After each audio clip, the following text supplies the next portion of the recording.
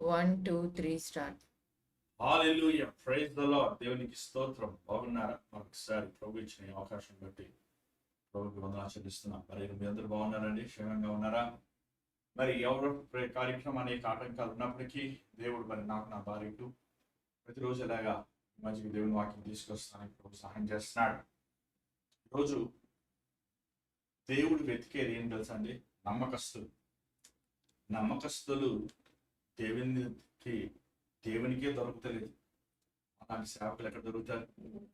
దేవుని పని చేయాలంటే, దేవుని సేవ చేయాలంటే హృదయం శుద్ధంగా ఉండాలి, మంచి మనసాక్షి ఉండాలి.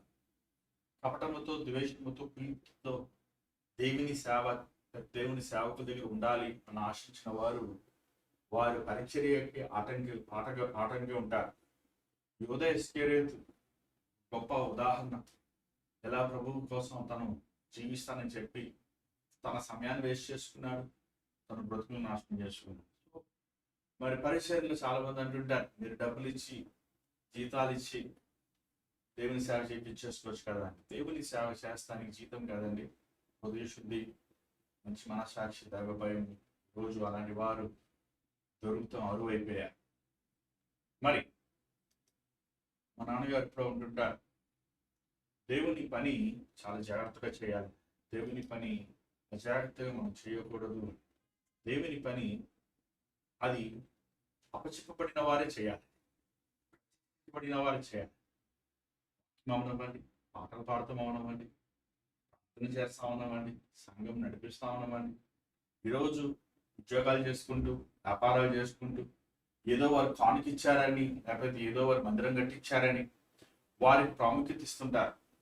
కానీ దేవుని పని చాలా వినయముతో, భయభక్తులతో, సిద్ధపాటుతో, సమర్పణతో త్యాగం చేయాలి. నీ ఉద్యోగాన్ని సమస్తం సమర్పించుకోవాలి, నేర్చుకోవాలి, సిద్ధపడాలి.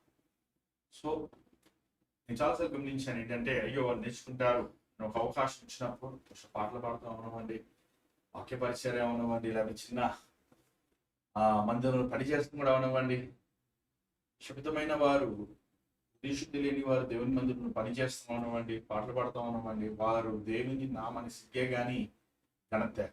కాబట్టి ప్రాముఖ్యంగా దేవుడు పాత నిబంధనలో మనం చూసినప్పుడు సమాజ మందిరం విషయంలో ముఖ్యంగా తను చాలా ప్రాముఖ్యంగా ప్రభు అది లేవీలకి అప్పచెప్పాడు. లేవీలు ప్రభు కోసం అంకితమై ఉండాలి, వారు ఇతరుల వలె వృత్తిని చేయకూడదు అని చాలా విషయాలు ప్రభు చెప్పున్నాడు.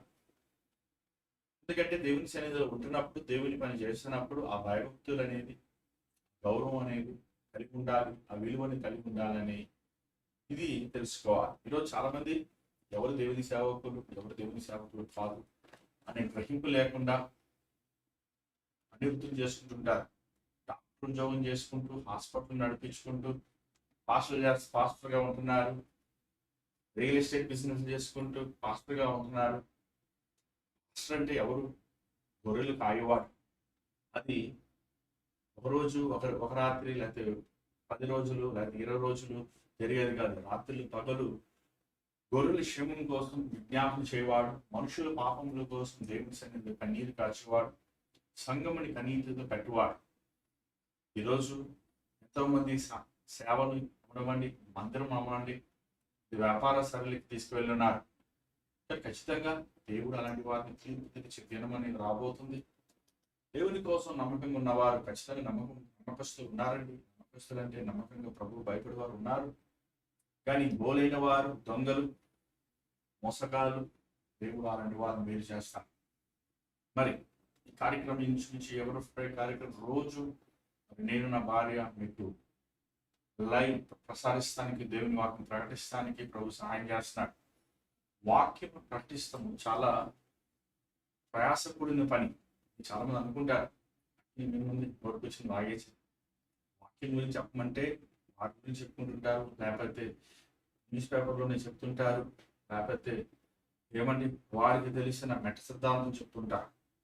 దేవుని పాత సన్నిధుల నుంచి దేవుని మాటలు తీసుకొని అది ప్రజలకు అందజేయాలంటే పాత రోజుల్లో ప్రవక్తలు వారి కుటుంబం విడిచిపెట్టి, వారు పనులు విడిచిపెట్టి దూరంగా వెళ్ళి ఎడారిలో వారి పంట వారు వేసుకొని ఆ గుహల్లో నెలలు తరబడి, సంవత్సరాలు తరబడి దేవుని సన్నిధిలో కనిపెట్టి ఆ మాటలు ప్రకటించేవారు. మరి ఈరోజు ప్రస్తుత కాలంలో అలాగ దేవుని మాటలు, వాక్యములను, సందేశములను ప్రకటించేవారు అరువైపోయారు. వాక్యము ప్రకటించమంటే వాక్యంలో రిఫరెన్స్లే మాట్లాడారండి. బైబిల్లో ఉన్న మాటలు ఎత్తారు, ఏదేదో సిద్ధాంతాలు చెప్తుంటారు. వేదనకరంగా ఇదొక మంచి దినముల్లో ఉన్నాము అనే ఒక సూచనగా మనం చూస్తున్నాం. మరి ఈ ఎవరెస్ట్ ప్రైడ్ కార్యక్రమం ద్వారా మీరు మేలు పొందుతున్నారా? దీవించబడుతున్నారా? మీ ఆత్మీయ జీవితంలో మీరు బదులుతున్నారా? మీరు ప్రభువులో స్థిరులుగా ఉన్నారా? చూడండి దేవుని బిడ్డలారా, మీరైనా నేనైనా మనమందరం ఒక దినం ఈ లోకం విడిచిపెట్టాలి. వాళ్ళ రాకడ ఆలస్యం, ప్రభు రాకడ ఆలస్యం అవుతే మనం ఈ లోకంని విడిచిపెట్టాలి. మనం ఈ లోకంని విడిచినప్పుడు ప్రభు ఎదురు నిలబడతాం. ఈ లోకంలో మనం జీవించిన ప్రతి విధానానికి ప్రభు లెక్క చెప్పాలి. ఈరోజు మనుషులకి దేవుని అంటే భయం లేకుండా అయిపోతుందండి. మన ప్రభుకి లెక్క చెప్పాలనే గౌరవం కూడా లేకుండా ఇష్టానుసారంగా బ్రతుకుతున్నారు. కానీ దేవుని బిడ్డలమైన మనము, దేవుని యందు భక్తి ఉన్నవారు మనము మన రక్షణ జీవితాన్ని యథార్థంగా కాపాడుకుంటూ పరిశుద్ధులుగా మనం జీవించాలనేది దేవుని వాక్యం మనం చూస్తున్నాం. మరి ఈరోజు చాలా ప్రాముఖ్యమైన సందేశము గలతీలో మనం చివరి పౌలు రాసిన ఉత్తరాలు మనం ధ్యానిస్తున్నాం. చివరి భాగం వచ్చాం. చివరి 5వ అధ్యాయం చివరి భాగాన్ని ధ్యానించబోతున్నాం. నేను బహుశా ఇది 2 పార్ట్స్గా చేస్తే బాగుంటుందేమో అనే ఆలోచన ఉంది. ఎందుకంటే ఈ నిన్న మనం ధ్యానించిన దానికి ఈరోజు చూసే 13 నుంచి ఇంచుమించు 26, 13 వచనములు చాలా ఎంతో ఒక్కొక్క వచనం అనేక ధ్యానం లాంటిది, అనేక విషయాలు దేవుని ఆత్మ మనం బయలుపరచడానికి ఆశిస్తున్నారు. కానీ మీరు సిద్ధంగా ఉన్నారా? మరి మీ బయలు పట్టుకుని రండి. కొంతసేపు మన దేవుని సన్నిధి గడుపుతాం. కళ్ళలోని చని ప్రార్థిస్తాం. పరిశుద్ధమైన తండ్రి దయగల ప్రభా, మరి ఈ లైవ్లో ఇలా వాక్యం వినడానికి మాకు ఇచ్చిన ఈ అవకాశం బట్టి వందనాలు. ప్రతి ఆటంకంలో తొలగించిన ఆయన నన్ను సిలువ చాటు మరుగుపరచు. నీ మాటలు నా నోట్ల గురించి మాకు యేసునామములో నడుచున్నాం తండ్రి, ఆమేన్. మరి ఆలస్యం చేయకుండా ఈ బైబిల్ తీసుకోండి. గలతీ రాసిన పత్రిక 5వ అధ్యాయం 13వ వచనం చదువుదాం. సహోదరులారా, మీరు స్వతంత్రులుగా ఉండుటకు పిలువబడితిరి. అయితే ఒక మాట, ఆ స్వాతంత్ర్యంను శరీర క్రియలకు హేతువు చేసుకొనక ప్రేమ కలిగిన వారై ఒకనికొకడు దాసులై ఉండుడి. ధర్మశాస్త్రం అంతయు నిన్ను వలె నీ పొరుగువానిని ప్రేమించుము అను ఒక్క మాటలో సంపూర్ణమై ఉన్నది. అయితే మీరు ఒకనినొకడు కరుచుకొని భక్షించిన ఎడల మీరు ఒకని వలన ఒకడు బొత్తిగా నశించిపోదురేమో చూచుకొనుడి. ఇక్కడ చాలా ప్రాముఖ్యమైన మాటలు పౌలు చెప్తున్నాడు గలతీ సంఘానికి, గలతీలో ఉన్న సంఘాలకి. గలతీ అనేది ఒక సంఘము కాదు. గలతీ అనేది అనేక దీవుతులు ఉంటాయి, ఐలాండ్స్, గ్రూప్ ఆఫ్ ఐలాండ్స్. అక్కడ తను అనేక సంఘాలకి, ఆ ప్రాంతంలో ఉన్న సంఘాలకి ఈ గలతీయ ఉత్తరం రాసినట్లు మనం తెలుసుకుంటున్నాం. ఇక్కడ 5వ అధ్యాయం మొదటి నుంచి మనం చూసినట్లయితే దేవుడు మనకి స్వతంత్రం ఇచ్చాడు. ఒకప్పుడు మనము పాపం అనే బానిసతనంలో ఉన్నాము. చాలామంది ఈరోజు విషయాన్ని మర్చిపోతుంటారు. రక్షించబడ్డాక, హార్మోన్స్ పొందాక, ప్రభుత్వ పాటు నడుద్దామని తీర్మానం చేసుకున్నాక చాలా మంది అంటారు, ఈ సినిమాలకు ఆకర్షించబడుతున్నాను, ఈ పాప కార్యాలు నేను ఆకర్షిస్తున్నాను, నాలో ఉన్న పాత స్వభావము మరలా నన్ను త్రోసివేస్తుంది, నేను తాగకుండా ఉండలేకపోతున్నాను, సిగరెట్లు కాల్చకుండా ఉండలేకపోతున్నాను, నేను ఈ పాప క్రియలు నుంచి నేను బయటపడలేకపోతున్నాను అని చాలాసార్లు చాలా మంది వారి స్థితిని చెప్తుంటారు. పాపము చేయువాడు పాపము నుంచి పాపానికి బానిసని ప్రభు సెలవిచ్చాడు. కానీ యేసుక్రీస్తు రక్తము మనల్ని పరిపూర్ణులుగా పాపము నుంచి, పాపము ఇస్తున్న జీవితమైన మరణం నుంచి మనకి మోచనిచ్చింది. కానీ విచారమైన స్థితి ఏంటంటే ఈరోజు చాలా మంది వారు మరలా కక్కిన వాటిని మృతం జీవించకూడదని జీవితం జీవిస్తూ అనేది మనం చూస్తున్నాం. ఇక్కడ పౌలు మాట్లాడుతున్నాడు, మీరు స్వతంత్రించబడ్డారు. ఎవరు స్వతంత్రించబడే వారు? ఎవరు కడగబడిన వారు?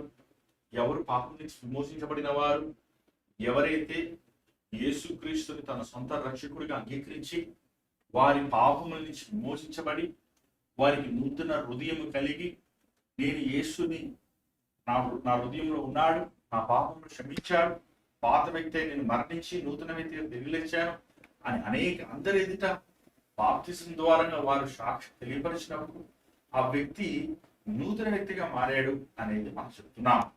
నూతన వ్యక్తికి దేవుడు స్వతంత్రం ఇచ్చాడు.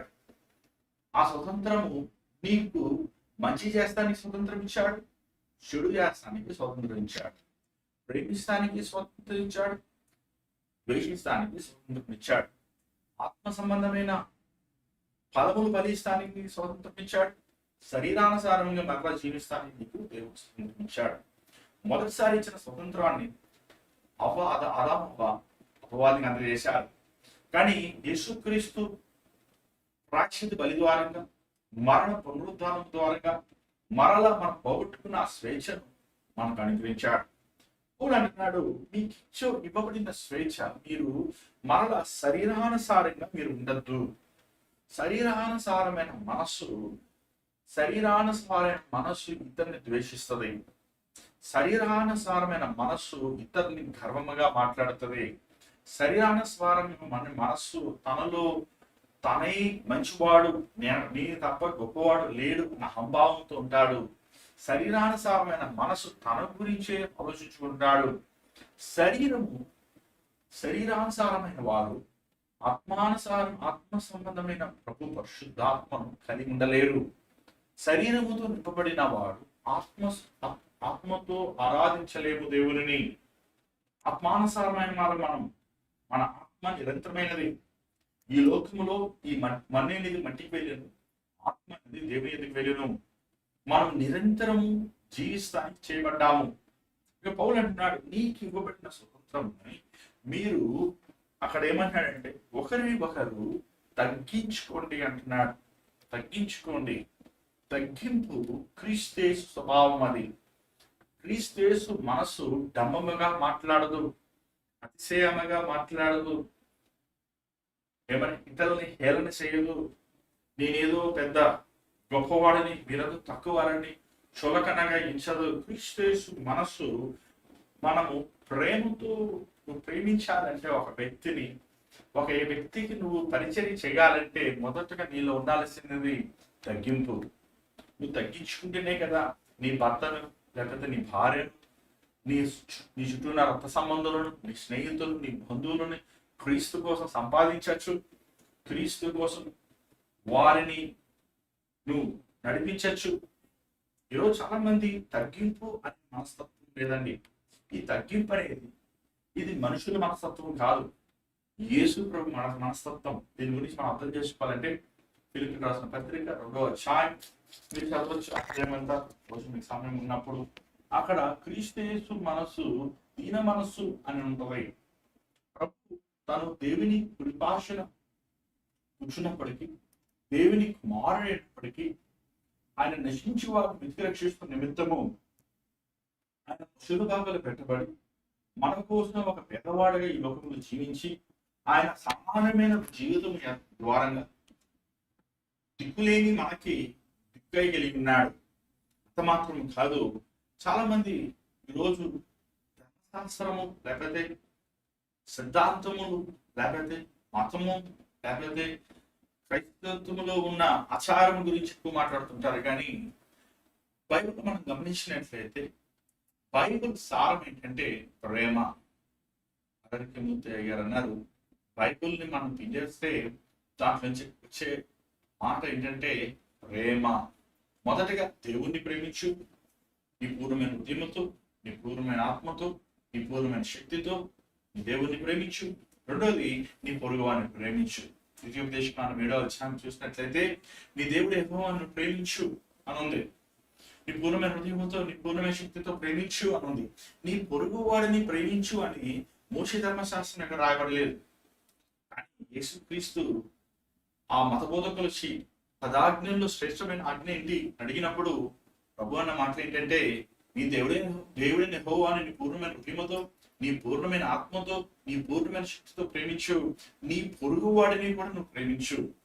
ఇంకో మాట చెప్పాలంటే, నువ్వు దేవుని ప్రేమించేవాడిగా ఉంటే నీ పొరుగువాడిని నువ్వు ప్రేమిస్తావు. పదాజ్ఞలు మనం జాగ్రత్తగా గమనించినట్లయితే మొదటి 4 ఆజ్ఞలు నీకు దేవునికి, 6 నుంచి 5 నుంచి 10 వరకు మనం చూసిన 6 ఆజ్ఞలు నీకు నీ పొరుగువాడికి.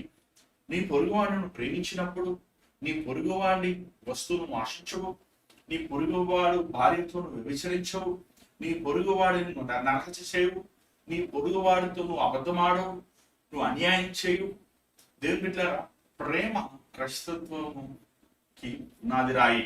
ఈరోజు చాలా మంది వారు క్రైస్తవులు పిలుచుకుంటున్నారు, కానీ క్రీస్తు యేసు ప్రేమ, శరీరానుసారమైన ప్రేమ, అది కామముతో ఉన్నది.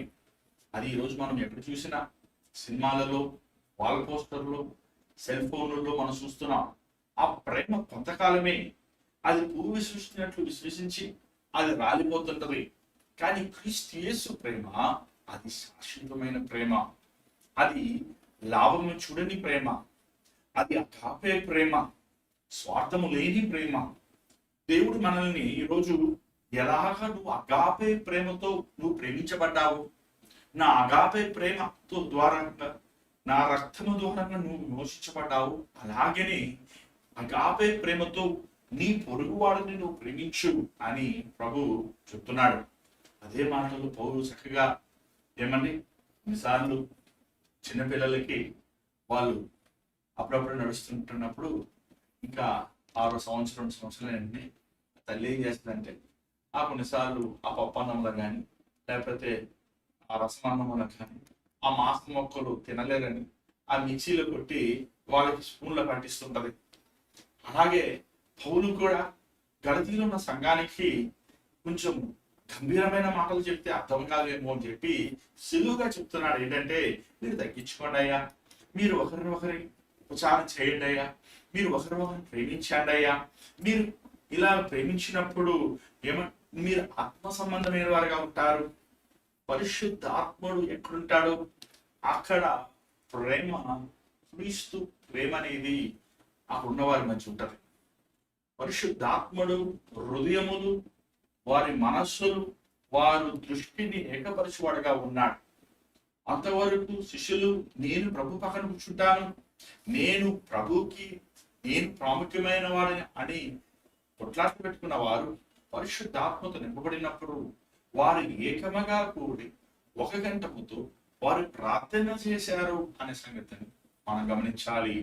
పరిశుద్ధాత్ముడు నిన్ను నీ పొరుగువాడితో, నీ భార్యతో, నీ భర్తతో, నీ బిడ్డలతో, నీ తల్లిదండ్రులతో, నీ అన్నతమ్ములతో, అక్క చెల్లెలతో, నీ సొంత వారితో నేను ఏక మనస్సు కలిగిస్తాడు. విభేదములు ఉండవు, కలహములు ఉండవు. క్రీస్తు యేసు మనసు ఎక్కడుంటదో అక్కడ ఎదుటి వారిని విలువగా ఇచ్చేది ఉంటుంది. క్రీస్తు యేసు ప్రేమ అది పరిశుద్ధమైన ప్రేమ. ఈరోజు ప్రేమ ప్రేమ అంటున్నారు, అన్న అక్క అని చెప్తున్నారు, రాసుకున్నారు, పూసుకుంటున్నారు, వ్యభిచారంలో పడుతున్నారు, కార్యములో పడుతున్నారు. వివాహం కాకముందే పరాయి స్త్రీతో, పరాయి పురుషులతో ప్రేమ అని చెప్పి చేయకూడని నిత్యమైన కార్యములు చేస్తున్నారు. వివాహం అయ్యాక కూడా భర్త ఉండగా, భార్య ఉండగా ప్రేమ అని చెబుతూ అక్రమైన సంబంధములు కలిగి జీవితాలు పాడు చేసుకుంటున్నారు. దేవుని బిడ్డలారా, క్రీస్తు ప్రేమ అది పరిశుద్ధమైన ప్రేమ, అది పవిత్రమైన ప్రేమ. యేసు క్రీస్తు దగ్గరికి వ్యభిచారంలో పట్టబడిన స్త్రీని తీసుకొచ్చినప్పుడు వారందరూ ప్రభువుని ప్రశ్నించారు, ప్రభా నేనేమి చేయాలి? ఇక్కడ ప్రభు రాయలేసి పట్టండి అయ్యా అంటారు. అవునయ్యా, మీ దేవుడికి అంగీకారం లేదు, కృప లేదు అంటారని అంటారు. అందామనుకున్నారు. ఒకవేళ కొడితే ఒకవేళ కొట్టకపోతే తప్పు చేసేవాడిని, ధర్మశాస్త్రం ప్రకారము ఈయన విరోధంగా ఉన్నాడు అని ప్రభువుని నిలదీయాలనుకున్నారు. కానీ ప్రభువు ఆ రోజు ఆమె వ్యభిచారంలో పట్టబడటానికి ఆ పరిస్థితిని చూసినప్పుడు ప్రభు ఒక మాట అన్నాడు, మీలో ఎవరైనా సరే పాపం లేని వారు ఒక రాయి తీసుకొని మీ మీద వేయండి అని. అక్కడ చూసానంటే పెద్దవాడి దగ్గర నుంచి చిన్నవాడు ప్రతి ఒక్కడు రాళ్ళు కింద పడి వేసి వెళ్ళిపోయారు. అక్కడ ఉన్న వారందరూ కూడా ఆమెని ఒక పాపముతో స్త్రీగా చూశారు. అక్కడ ఆమె వ్యభిచారిగా చూశారు. ఆశ్చర్యమైన కార్యం ఏంటంటే ఆ వ్యభిచారం చేసిన వ్యక్తి లేడు కానీ ఆమెను మట్టుకు పట్టుకొచ్చారు. బహుశా ఈ డబ్బులు ఇచ్చుంటాడేమో అతను, బహుశా అతను ఊళ్ళో పెద్దేమో. ఏమంటే పురుషుల యొక్క ధర్మం, స్త్రీ యొక్క ధర్మం. కానీ ప్రభు చూసినట్లయితే ప్రభు ఆమెను ఏమని పిలిచాడు? అమ్మా అని పిలిచాడు. నిన్ను ఎవరు శిక్షిస్తానికి లేరా, నువ్వు వెళ్ళి ఇంకా నువ్వు పాపము చెయ్యొద్దు. ఎంతో ఘనమైన మాట. ఒక తండ్రి కూడా తన కూతురు వ్యభిచారం చేసినప్పుడు మోషే ధర్మశాస్త్ర ప్రకారం రాళ్ళు వేసి కొట్టి చంపాలి. కానీ ఆ తండ్రి ప్రేమను మించిన పరమ ప్రేమను యేసుక్రీస్తు ఆమె పట్ల చూపించాడు. ఇంకో మాట చెప్పాలంటే, నీకు రావాల్సిన అవమానము, నీకు రావాల్సిన శిక్ష, నీకు రావాల్సిన మరణం నేను తీసుకుంటాను, నువ్వు వెళ్ళి పాపం లేకుండా జీవించు అని ఒక ఘనమైన మాట ప్రభు పలికాడు. దేవుని బిడ్డలారా, క్రీస్తు ప్రేమను అర్థం చేసుకున్నవాడు, క్రీస్తులో ఉన్న మాధుర్యాన్ని అర్థం చేసుకున్నవాడు, క్రీస్తులో ఉన్న విశేషతను అర్థం చేసుకున్న వారి జీవితము ఎంతో ధన్యత ఉంటుంది. వారికి విరోధులు ఉండరు. ఈరోజు చాలా మంది క్షమించలేకపోతున్నారు, ఇతరుల్ని సహించలేకపోతున్నారు. క్షమించే మనస్సు మీకు ఉండాలి. 15వ వచనం చదవండి. అయితే మీరు ఒకరినొకడు కచ్చుకొని భక్షించిన ఎడల మీరు ఒకని వలన ఒకడు బొత్తిగా నశించిపోదురేమో చూచుకొనుడి. చూడండి, ఒక పులిసిన పిండి అంతటిని పులుపు చేస్తుంది. ఒక చెడిపోయిన వ్యక్తి, మనము ఆ వ్యక్తితో స్నేహం చేసినప్పుడు, ఆ వ్యక్తిని తో నువ్వు నడిచినప్పుడు నీ ఆత్మీయ జీవితంలో నువ్వు కూడా అలా మారడానికి అనేక అవకాశం. అందుకే దుష్ట సాహసము మంచి నడవడికను పాడు చేయని బైబిల్లో రాయబడి ఉంది. దుష్టుల ఆలోచన చెప్పి నడవక, పాపుల మార్గం నిలవక, పాసలు కూర్చొని చెప్పి కూర్చోవక, నిలవద్దు, నడవద్దు, కూర్చోవద్దు అంటున్నాడు దేవుడు. దేవుని ఎందు భయభక్తులు ఉన్న వారితో మనం నడవాలి. కానీ విచారం ఏంటంటే, ఈరోజు చాలా మంది మార్పు, పై మార్పు. యేసుప్రభుని ఎందుకు నమ్ముకున్నారంటే, యేసుప్రభుని నమ్ముకుంటే మాకు ఉద్యోగాలు వస్తాయండి, యేసుప్రభుని నమ్ముకుంటే మాకు పిల్లలు అవుతాయండి, యేసుప్రభుని నమ్ముకుంటే మాకు పిల్లలు పుడతారండి అని ఒక భ్రమతో నమ్ముకుంటారు. కానీ యేసును నమ్ముకున్నప్పుడు నీ జీవితం విధం మారాలి కదా. ఆ రోజు ఇశ్రాయేలీయులు ఆ ఎడారిలో కాలిపోతానికి కారణం ఎవరు అనుకుంటున్నారు? ఆ మిస్త్రము జనము. అంటే యూదులకి, ఐగుప్తి వారికి పుట్టినవారు. వాడు కొంతసేపు యెహోవాదేవుడు అంటాడు, కొంతసేపు దెయ్యం అంటాడు, కొంతసేపు నాకు ఐగుప్తు కావాలంటాడు, కొంతసేపు దేవుడే కావాలంటాడు అని సనుగుతో విసుక్కుంటూ మన మనస్తత్వం చూస్తున్నాం. వీళ్ళు ఇక్కడ చూసినట్లయితే ఒకరు వారు కలుసుకుంటాం ఏంటి, సంఘములో కలుసుకుంటాం ఏంటి, సంఘములో అరుచుకుంటాం ఏంటి, సంఘములో కొట్లాట్లేంటి, సంఘములో విభేదములేంటి, సంఘములో క్షమించలేని మనసేంటి, సంఘములో ఆస్తుల కోసం కొట్టుకుంటాం ఏంటి, సంఘములో నేను గొప్ప నువ్వు గొప్ప అని ఈరోజు పోరాడటం ఏంటి. ఎక్కడ చూసినా దేవుని మందిరములు, దేవుని నామంలో ఉన్న సంస్థలు ఈరోజు ఎంత అయిపోయినాయండి. పోలీసు వాళ్ళు పెట్టుకొని ఆరాధన జరిపించే అంత దుర్మార్గమైన స్థితికి ఈరోజు మందిరాలు అయిపోయి. మందిరములో ఈరోజు ఒక కుటుంబంలో ఉన్న సహోదరులు వెళ్ళరు, సహోదరులు పడదు, సహోదరులు ఒకరిని క్షమించుకోరు, అత్త కోడని క్షమించదు, కోడలు అత్తను క్షమించదు. ఈరోజు ఎక్కడ చూసినా క్షమించలేని మనస్సు. కానీ మందిరానికి వెళ్ళి ఆరాధిస్తుంటారు, పాటలు పాడుతుంటారు, అరుస్తుంటారు, కేకలేస్తుంటారు. ఏంటిది? దేవుని విరోధం ఉన్నవారే కదా. మీరు ఒకరినొకరిని కలుసుకోవద్దు, ఒకరిని ఒకరిని నాశనం చేసుకోవద్దు. అంటే మీరు నిజమైన నాశనం ఏంటంటే, నువ్వు వెళ్తాం కాకుండా నరకానికి, ఆ వ్యక్తి నరకానికి వెళ్తాం కాకుండా సంఘమంతటిని తప్పైన మార్గం నడిపిస్తుంది అంటూ 16వ వచనం ఏమంటున్నాడు చూడండి. నేను చెప్పినదేమనగా ఆత్మానుసారంగా నడుచుకొనుడి, అప్పుడు మీరు శరీరేచ్ఛను నెరవేర్చరు. శరీరము ఆత్మకును, ఆత్మ శరీరమునకు విరోధంగా అపేక్షించును. అవి ఒకదానికొకటి వ్యతిరేకంగా ఉన్నవి ఇది గనుక చాలా ప్రాముఖ్యం. మన ప్రభు సొంత రక్షణ అంగీకరించాక, నీ దేవుడి కోసం జీవిస్తాను చెప్పాక, నీ శరీరానికి నీ ఆత్మకి ఎప్పుడు పోరాటం. ఈ శరీరానికి ముమ్మారు అన్నం పెడుతుంటారు, ఈ శరీరాన్ని మేపుతారు, ఈ శరీరాన్ని సుఖం చూసుకుంటారు, ఈ శరీరాన్ని జాగ్రత్త చూసుకుంటారు, ఈ శరీరాన్ని ఏమండి భవిష్యత్తు చూస్తారు. ఈ శరీరము ఈ లోకంలో ఆనందంగా ఉండాలనుకుంటారు. కానీ శరీరానికంటే విలువైనది నీ ఆత్మ. ప్రభు అన్నాడు, ఒక లోకమంతా సంపాదించుకొని తన ప్రాణమును పోగొట్టుకుంటే ఏం లాభము? లోకంలో ఉన్న ఆస్తులు, లోకంలో ఉన్న ధన సంపదలు, లోకంలో ఉన్న బంగారము, లోకంలో ఉన్న వెండిలు అన్ని స్పష్టం భయపెట్టి నీ ప్రాణం పెడితే నీ ప్రాణమే కదా విలువైనది, నీ ఆత్మే కదా విలువైనది.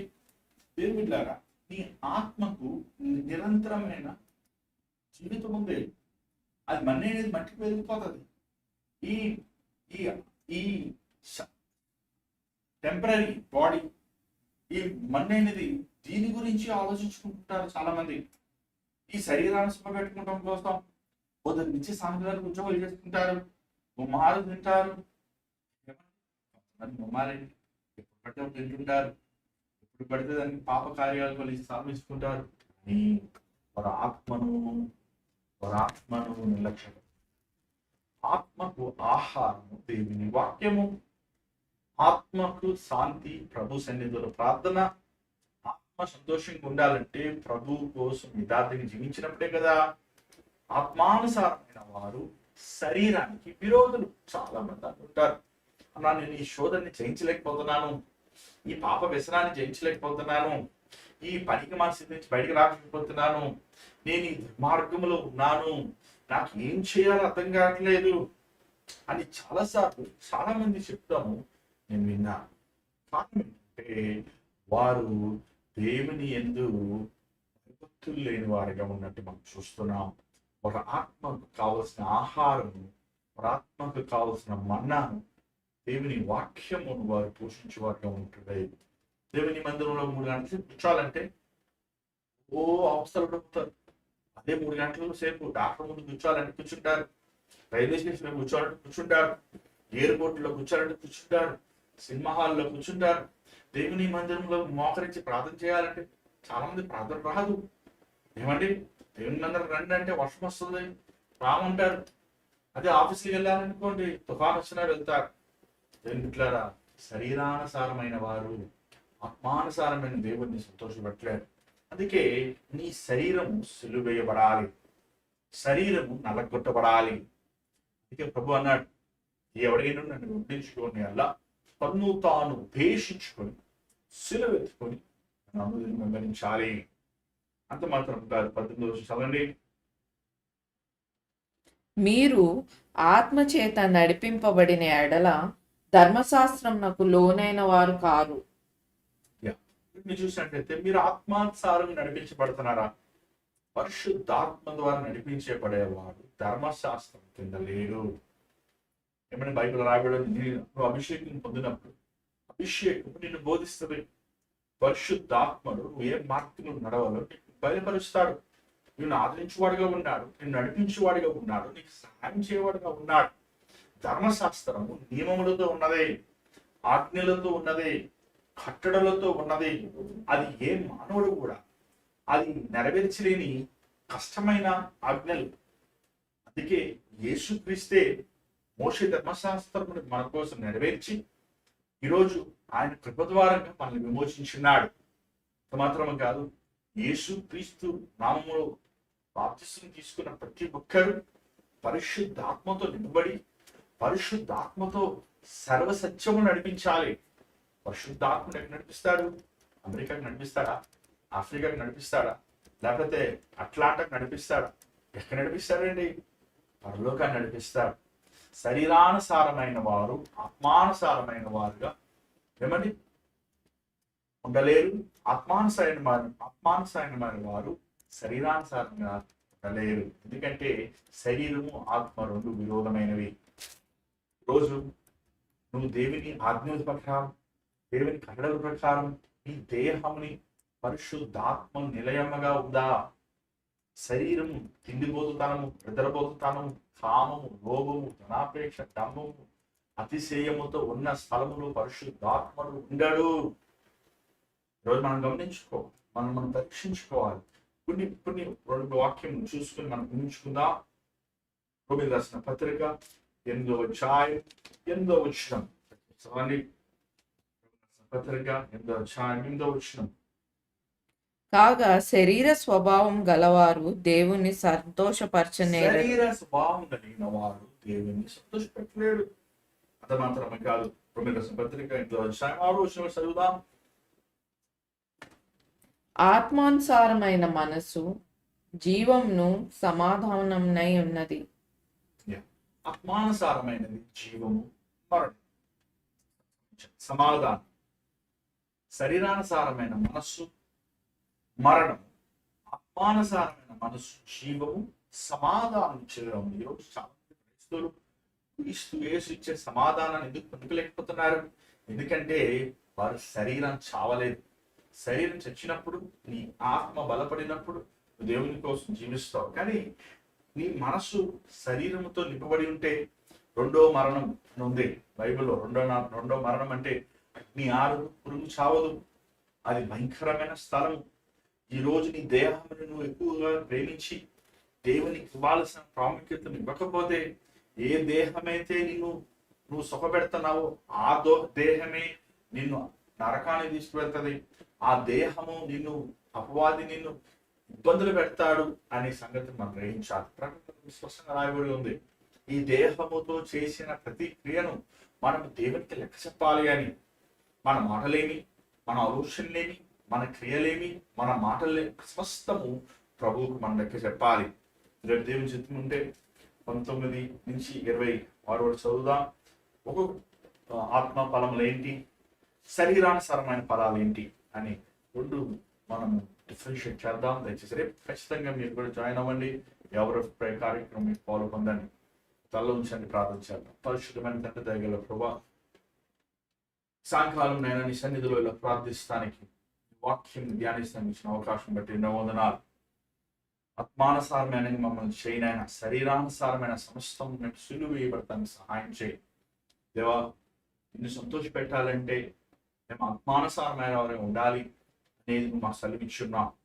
పౌలు ఎలాగ గలతీలున్న సంఘానికి మీరు ఒకరితో ఒకరు దీనమైన మనసుతో ఉపచారం చేసుకుంటూ ప్రేమలో ఉండాలి అని ఆశించారు. ఈరోజు సంఘములో ఒకరు అయినా దీన మనసు కలిగి ఉండడానికి సహాయం చేయి, తగ్గించడానికి సహాయం చేయి. పరిశుద్ధమైన హృదయం ఎత్తుకువారుగా పరిశుద్ధులుగా బ్రతుకుతానికి ప్రభు చూపించు తండ్రి. ఈ మాటలు ఇంటిన వీరునైనా వారి హృదయములతో నువ్వు మాట్లాడు నాయనా.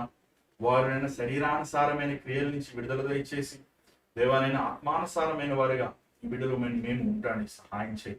మరొకసారి నీ రక్తముతో మమ్మల్ని కడుగు. నీకు ఇష్టము లేని ప్రతీది మాలోంచి తీసివేనాయన.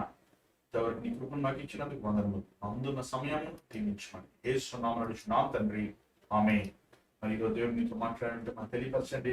దయచేసి గమనించండి, స్క్రీన్ కనబడుతున్న నెంబర్ 8939392139 నెంబర్ మీరు వాయిస్ మెయిల్ కానీ టెక్స్ట్ మెసేజ్ కానీ ప్రేయర్ పంపించండి. మీరు దయచేసి కాల్ చేయొద్దు, కొంచెం ఫోన్ ప్రాబ్లం ఉంది, కాల్స్ రావట్లేదు నాకు. సో మీరు టెక్స్ట్ మెసేజ్ వాయిస్ మెయిల్ పెడితే ఖచ్చితంగా నేను అదే నెంబర్కి మీకు రిప్లై చేస్తాను. సమయం తీసుకుని ఖచ్చితంగా మీకు రిప్లై చేస్తాను. మీ ప్రార్థన అవసరం కోసం ప్రార్థిస్తున్నాను. మరి భారమైన పరీక్షలు దేవుడు మిమ్మల్ని ప్రేరేపిస్తే మీ గ్రూపులు మీ పరీక్షలు మీరు పాల్పొందొచ్చు. స్క్రీన్ కనబడుతున్న గూగుల్ పే, ఫోన్ పే అక్కడ ద్వారంగా ఈ పరీక్షలు మీరు పాల్పొందొచ్చు. మళ్ళీ కలుసుకుందాం. అంత God bless you. Take care.